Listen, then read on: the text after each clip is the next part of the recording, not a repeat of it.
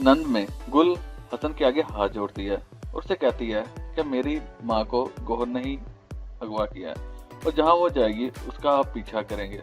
ये बात गौहर सुन लेती है और उससे कहती है कि मैं तो तुम्हारी खैरियत पूछने आई थी और तुम मुझ पर अभी भी इल्जाम लगा रही हो। पहले मैं दुआ करती थी कि तुम्हारी माँ मिल जाए, अब मैं कहती हूँ कि वो मिले ही ना, क्योंकि गौहर तो चल चुकी है, अब नई चाल।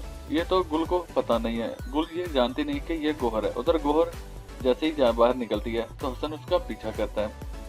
ये तो गुल की बातों में आ चुका है।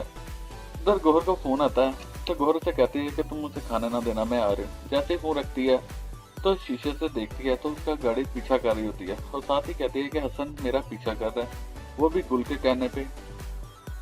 आगे पीछे देखती है तो वो हसन ही होता है और साथ ही ड्राइवर को कहती है कि गाड़ी जंगीर के घर की तरफ मोड़ लो और बहुत खुश होती है कि अब मैं तुम्हें बताऊंगी और तुम मुझे जानती नहीं, मैं गौहर हूँ।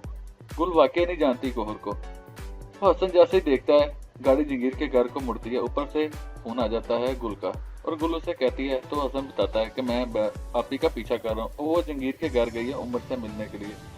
तो गुल अपने मन में सोचती है कि आप ही बहुत होशियार है, अब मुझे उसका पर्दाफाश खुद ही करना चाहिए और ढूंढना चाहिए अपनी माँ को।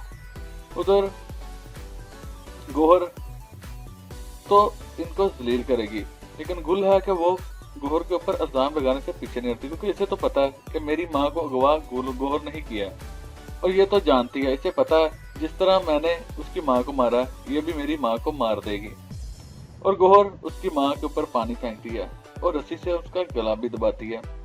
अब देखना है क्या गौहर उसकी माँ को मार देगी या फिर चलेगी फिर से नई चाल, उसकी माँ को समझाएगी कि अगर तुम्हें ये जिंदगी प्यारी है तो तुम अपनी बेटी पर ही इल्जाम लगाओ। हसन बार बार गुल से कहता है कि अगर आप ही ने ऐसा किया तो मैं आप ही को धक्के मार के घर से निकाल दूंगा। अफशा भी यही कहती है, क्योंकि उसने तो गौहर ने तो ऐसी चाल चली होती है कि सबको अब शक हो जाएगा गुल पे और गुल ने ही अपनी माँ को अगवा किया, ऐसा सीन क्रिएट कर देगी गौहर और सब हैरान रह जाएगी। यहाँ तक कि गुल खुद हैरान हो जाएगी कि ये क्या हुआ, उसने कुछ भी नहीं किया और वो बदनाम हो गई और वो इसके मुंह से खुद उगलवाएगी जो कुछ इसने इसकी माँ के साथ किया होता है, क्योंकि ये तो उसको अजियत बहुत देती है। उधर साकिब भी अपनी बहन से यही कहता है कि आप उमर से मिलने नहीं गई थी, आप किधर गई थी, लेकिन गौहर है कि वो साफ साफ कह देती कि मैं तो उमर से मिलने गई थी। उधर गुल को भी साफ साफ बता देती है कि अगर तुम्हें अपने खैरियत चाहिए तो तुम यहाँ से अपना बिस्तरा बांधो और यहाँ से चले जाओ। और साथ ही उसकी माँ को उसके सामने ले आते हैं और उसकी माँ गुल के मुंह पे मार देती है थप्पड़, क्योंकि सब यही समझते हैं कि ये सब कुछ किया है गुल ने, लेकिन ये तो किया है गौहर ने। अब देखना है क्या होगा।